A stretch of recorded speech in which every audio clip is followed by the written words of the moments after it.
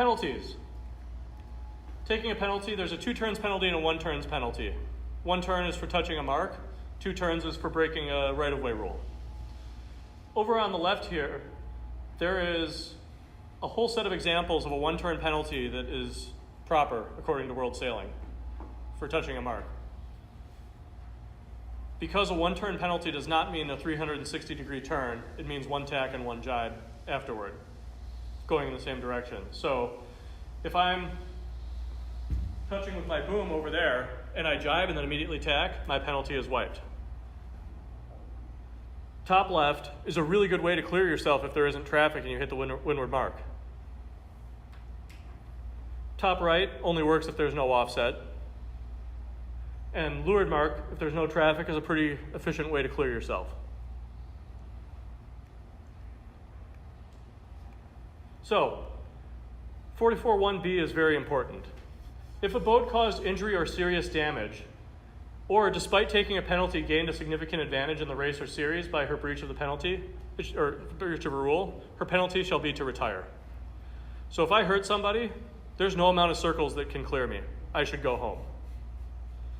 If I did serious damage, like I took your mast down or I put a hole in your boat that you're sinking, there are no amount of circles that can solve that.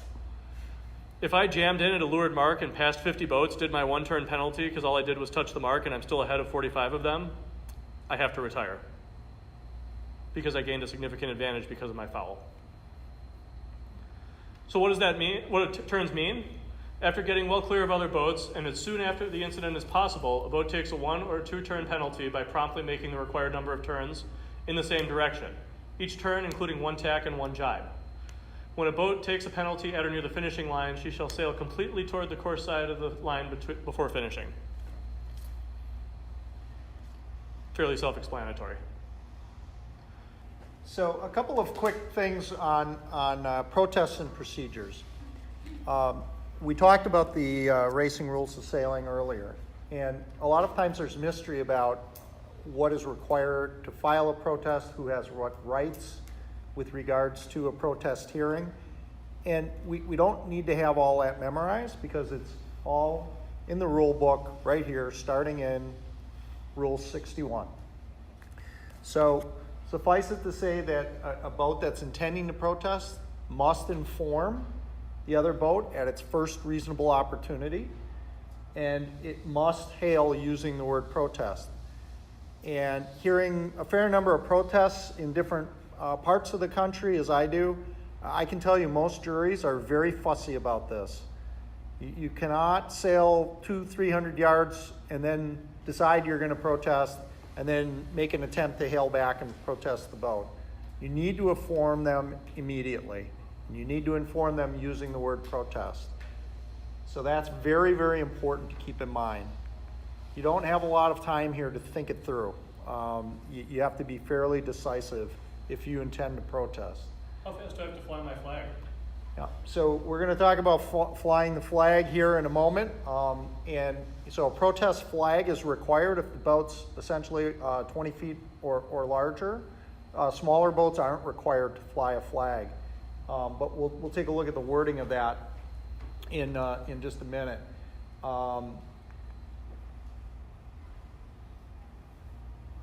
If the incident is caused by an error in the other boat or another boat sailing the course, she doesn't need to hail or display the red flag, but she should inform the boat either before or at the first reasonable opportunity after the other boat finishes. So you get into situations, especially with multiple classes, as many of us have on the same course together. If a result, a member of the crew is in danger, there's injury or serious damage, it's assumed that it's obvious that a boat is going to protest. So there the requirements of the rule don't apply. So in other words, if there's a big collision or big damage or somebody is hurt, juries will be lenient on the protest, hail, and again, especially in the case of damage, they will likely be lenient with regards to flying a flag. So flag needs to be flown immediately, not when you feel like it. A flag is not a Mount Gay hat. It is not your red, personal flotation seat. The red flag is a red protest flag.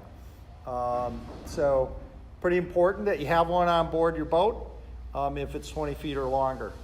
No flag, no protest. So the first step that the hearing and jury will do is they'll go through a step called validity, and they'll be asking questions about whether or not protest was hailed, whether or not a flag was flown if it's required based on the size of the boat, and these types of things. So those procedures matter to make the protest valid. Hey, Rick. Yeah. I hailed protest right away, but I went for my flag and I checked the starboard line bag and it wasn't there, and then I went to the port line bag and then I went and dug and then I found it in the starboard line bag and I put it up right away. Is that good enough? So the question is, how good is good enough? And, I would say most juries would ask questions like, okay, after you went through all those bags in the boat, how many more boat lengths had you sailed? How much time elapsed? How far away did you get? And the greater that answer is, the less valid it becomes. So having your protest flag on board is good. Having it accessible, even better. So if you can't find it or you can't find it fast, it doesn't do you much good. 61.2 talks about the contents of a protest. Again, we're not going to go through protest procedure. That's not our objective here in this seminar. But suffice it to say that, we get asked questions like, is protesting mean? And, the short answer is, of course not. It's a way to resolve differences where there's legitimate differences of opinion or points of view with regards to what happened, and many times what rule applies. As we saw in many of our simulations, the two different boats in the simulation had completely different points of view as to which rule was applicable in that situation. The process is very straightforward. It can be, quite fast. Hearings can go very fast, especially when they're run by an experienced jury. They know what questions they ask, and they'll get right to the heart of the matter very quickly. What's laid out in the actual protest is covered in the book. We're going to talk protests and penalties, and I'm going to turn it back over to John, because we do want to talk real quickly about something the inland has implemented this year with regards to arbitration. And you can think of arbitration as it's like 3-minute justice. It's a very, very streamlined, fast way to determine what happened and give some guidance to the competitors as to how a protest committee might find. So I'm going to turn this section over to John, and we'll finish up. All right. So every inland regatta you go to this year, and we encourage you to do this at home as well, we're turning on Appendix T in the back of your rule book. And what that means is arbitration is open, so are lesser penalties. So if a protest comes in, and I'm assigned to be the arbitrator at the inland, which is pretty likely this year because our roster is pretty short thus far, we're going to assign both parties to come see an arbitrator like myself. I'll look at both, and I'll inform you that, hey, we're going to take a look. If we go through this, you can take a 30% penalty versus right now when we're done talking. So, arbitration meeting, no witnesses. Whoever filed the protest talks first, tells me the story. The other person tells their story. And I'm going to offer an opinion. And my opinion is very simple. It'll be either I think the protest is invalid because I don't think you flew your flag fast enough, or whatever, you didn't fly a flag at all, you didn't use the word protest. I'm going to say, I don't think either boat's going to be penalized, there was no foul. Or I think one of you is going to be penalized. And I'm going to ask, if one of you is going to be penalized, do you want to take a penalty right now, or do you want to take this to a full hearing? And it's a pretty simple opinion of, I think that this boat was wrong. And you can choose to take that or not. I can't tell you until after you've chosen to take that penalty why I thought you were wrong, because we don't want to give you tools to go study up for your hearing. But the idea is, let's take the stuff that is pretty obvious and let's talk about it on shore. Okay, yes, I think you're going to get a penalty. You take one. Great. Now let's talk about why.